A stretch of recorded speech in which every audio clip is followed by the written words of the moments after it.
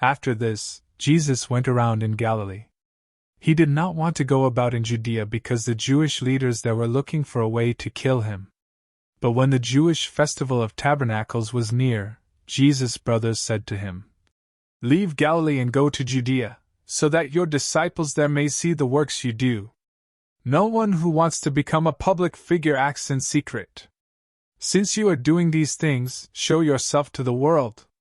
For even his own brothers did not believe in him. Therefore Jesus told them, "My time is not yet here, for you any time will do. The world cannot hate you, but it hates me because I testify that its works are evil. You go to the festival. I am not going up to this festival, because my time has not yet fully come." After he had said this, he stayed in Galilee. However, after his brothers had left for the festival, he went also, not publicly, but in secret. Now at the festival the Jewish leaders were watching for Jesus and asking, "Where is he?" Among the crowds there was widespread whispering about him. Some said, "He is a good man." Others replied, "No, he deceives the people." But no one would say anything publicly about him for fear of the leaders. Not until halfway through the festival did Jesus go up to the temple courts and begin to teach. The Jews there were amazed and asked, "How did this man get such learning without having been taught?" Jesus answered, "My teaching is not my own. It comes from the one who sent me. Anyone who chooses to do the will of God will find out whether my teaching comes from God or whether I speak on my own. Whoever speaks on their own does so to gain personal glory. But he who seeks the glory of the one who sent him is a man of truth.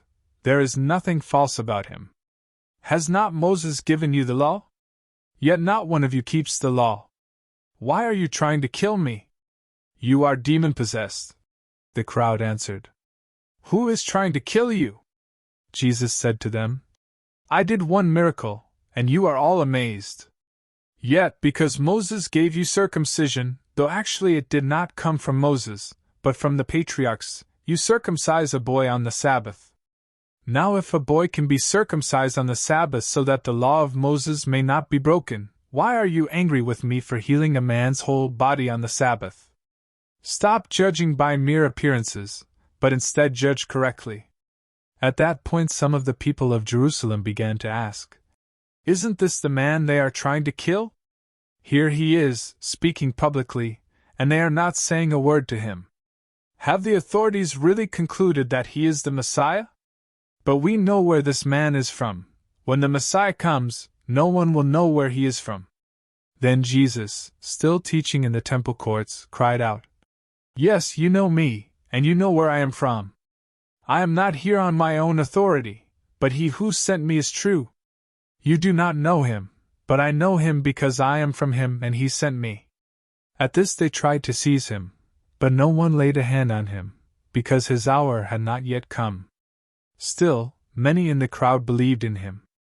They said, "When the Messiah comes, will he perform more signs than this man?" The Pharisees heard the crowd whispering such things about him. Then the chief priests and the Pharisees sent temple guards to arrest him. Jesus said, "I am with you for only a short time, and then I am going to the one who sent me. You will look for me, but you will not find me, and where I am, you cannot come." The Jews said to one another, "Where does this man intend to go that we cannot find him? Will he go where our people live scattered among the Greeks, and teach the Greeks? What did he mean when he said, 'You will look for me, but you will not find me, and where I am, you cannot come'?" On the last and greatest day of the festival, Jesus stood and said in a loud voice, "Let anyone who is thirsty come to me and drink. Whoever believes in me, as Scripture has said, rivers of living water will flow from within them." By this he meant the Spirit, whom those who believed in him were later to receive. Up to that time the Spirit had not been given, since Jesus had not yet been glorified. On hearing his words, some of the people said, "Surely this man is the prophet." Others said, "He is the Messiah."